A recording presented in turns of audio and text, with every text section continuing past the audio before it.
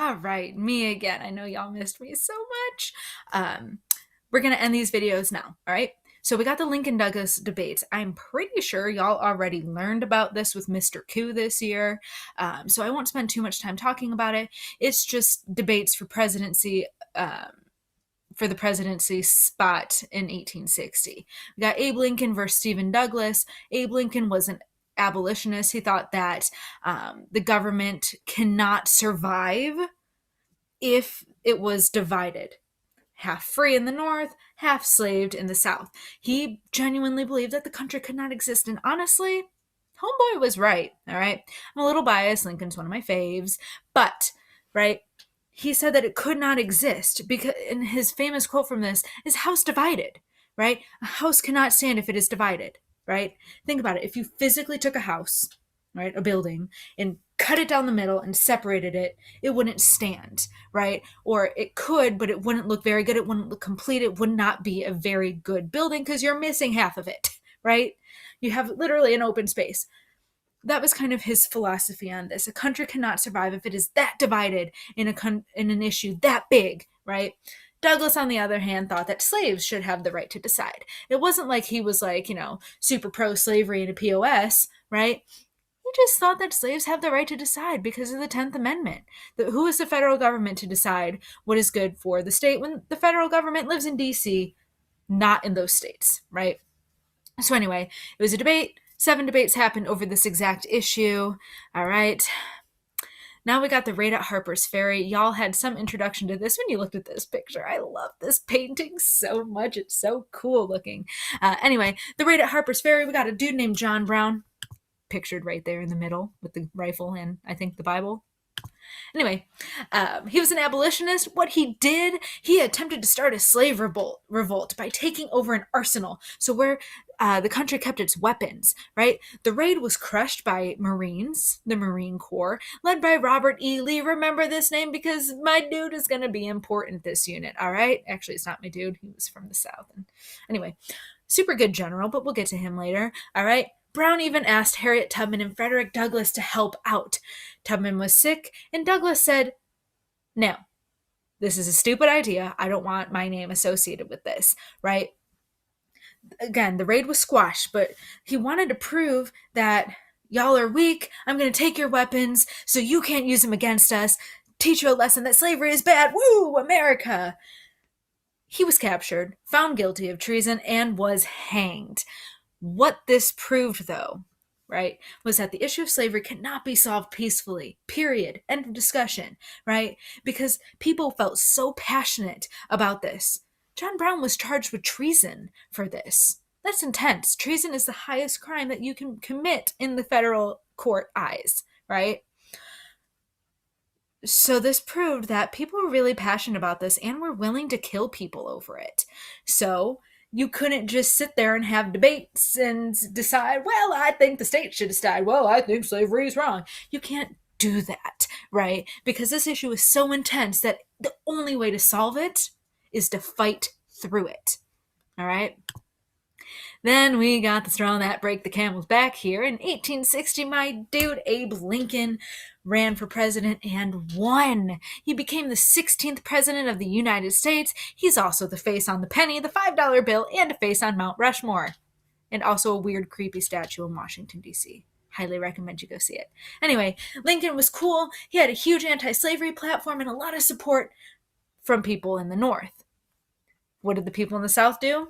That ain't my president. I am not supporting him. And instead of, you hear that sentiment today, he's not my president, blah, blah, blah. The South took it a little bit further than that by literally saying, screw you, peace out, I'm starting my own country. And that's exactly what happened. In December of 1860, literally 1 month after Lincoln was elected president, South Carolina said deuces and started their own country, the Confederate States of America. Their flag pictured there. All right? They wanted to protect their way of life. They thought that an abolitionist president could threaten their way of life and their economy.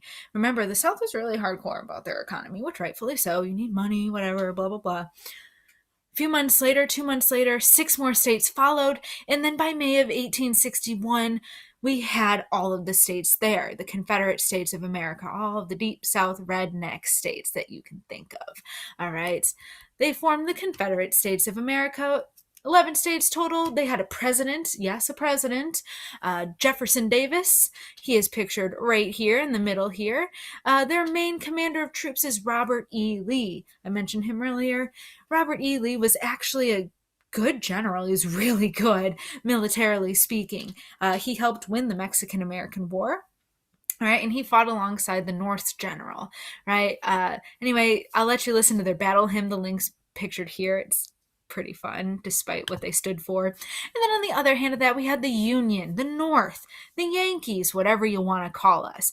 20 states total. We had President Lincoln, pictured, of course, there looking all rugged with his crooked bow tie. And our commander in troops was Ulysses S. Grant. That's how you say it, Ulysses. He was a drunk and not that great of a president, but we'll get to his. Actually, you'll learn about his presidency next year. I won't teach you about that. Sheehan will. Anyway, I'll let you listen to their battle hymn as well. Also a pretty fun tune. Last but not least, I'm going to end my slides here because, sweet God, I've been talking for forever. Right? We got the 10th Amendment. This is the actual cause of the Civil War. A lot of people think that slavery was the cause of the Civil War. And it was definitely a huge cause, but the main cause was the 10th Amendment. And the 10th Amendment, remember, it's in the Bill of Rights, says that the federal and state governments have to share and divide their powers. Again, modern example, the federal government can establish guidelines for how to handle the coronavirus, but each state has the individual right to control when their opening day for reopening the economy would be, to introduce restaurants and bars and movie theaters and malls and all that fun stuff, right? That's the 10th Amendment speaking, right? Before the Civil War, state rights dominated over the federal government, causing a lot of sectionalism, right? During the Civil War, though, the federal government ruled over firmly, right? Why the sudden change, you may ask? It's an us versus them mentality, right? The North did things one way. This is sectionalism, right?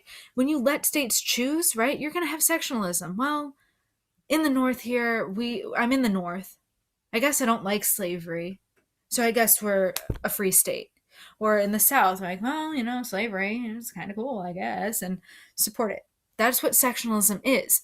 Divide and deep loyalty to one belief. Again, you can see sectionalism anywhere in society still to this day. The most important one, the largest one, English, hard, Democrats versus Republicans. That's sectionalism. Whenever you watch the news about the coronavirus and people are attacking the president or the president's attacking another group of people, that's sectionalism, people. All right? It's something that has been in the United States core since the birth of our nation in 1776. It was a huge cause of our Civil War, and it's a huge cause of annoying news pieces today, right? 10th Amendment. Should the federal government come in and say you're a free state or a slave state?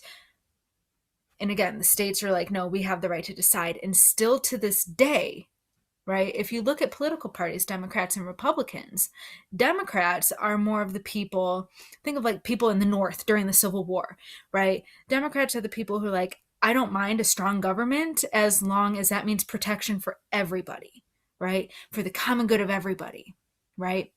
Whereas Republicans, people who were in the South during the Civil War, were more of the what's best for me and my family, right?